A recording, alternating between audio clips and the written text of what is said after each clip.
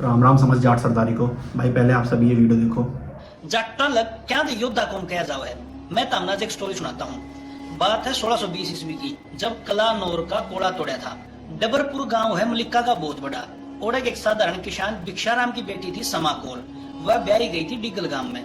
जब वह डोली जाओ थी तो डिगल गांव था कलानौर रियासत के अंदर। जब वह डोली जाओ थी तो वह कलानौर का नहीं मोड़ दी। तो वह समाकोर बोली कि मैं तो डिगल ब्याही गई हूँ, या उन्होंने क्यों मोड़ दी। तो उसने बताया कि पहले नवाब के पास जाना पड़ेगा, एक रात और रुकना पड़ेगा। तो उसने उनको एक बार रोको, कोई बहाना बनाया, मेरे पेट में दर्द है, अपने बाथरूम जाना है। और जो मैं झाड़ बोझ रहे थे उनमें वो लत्ता सा घेर के जो पहन रही थी और दे भागी। फिर वह वापिस अपने गांव गई तो गांव में रुका बैठ गया कि भिक्षाराम की छोरी समाकोर वापिस आएगी, बेइज्जती होगी, नू होगी। तो गांव में पंचायत हुई। तो समाकोर पंचायत में बोली थी कि यह बेइज्जती क्यों हुई, मैं तो मेरा धर्म पर हूँ। तो समाकोर का दादा ने उठकर कहा था कि छोरी तो अपने धर्म पर है, आप भ्रष्ट हो रहे हैं, कुछ करो। तो मोखरा गांव है बहुत बड़ा मलिका का। तो मोखरा गांव के मलिक और उनके साथ देने वाली बहुत 3-4 और जो है जाटा की खाप थी, वह थी दलाल, गुलिया, नांदल और देसवाल। सब ने मिलकर वो कोड़ा तोड़ा था, मतलब वो नवाब मारा था। 25 जून 1620 को जब वो मारा था, उस जगह का नाम मुरादपुर टेकना टेक दिया था। मुराद मतलब इच्छा पूरी होना जाता है, पूर मतलब एक किला बनाया दिया, टेकना इसका नाम यू टेक। तो भाई मैं बता दूं, मुगल काल में राज्यों की जगह सूबे होते थे। हरियाणा का बड़ा हिस्सा दिल्ली सूबे में आता था। दिल्ली सूबे में जाटों पर 17 परगने जमींदारी थी और इन 17 परगनों जमींदारियों में से 11 परगने पूरी तरह जाटों के थे।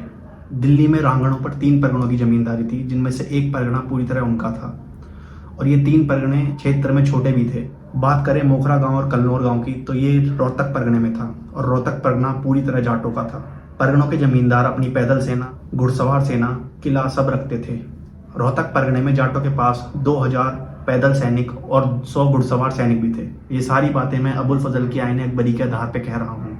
अबुल फजल अकबर का मंत्री था और उसने 1995 में आईन अकबरी लिखी, जब इस सारे रोहतक क्षेत्र के राजा जाट थे। तो कलनौर रियासत कब बना?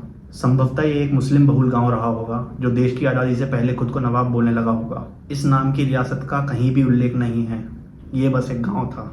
और अब जयदीप शोरान कह रहा है कि 1607 में मोखरी के मलिकों में पहली रात रांगड़ के यहाँ लड़की भेजने की प्रथा थी।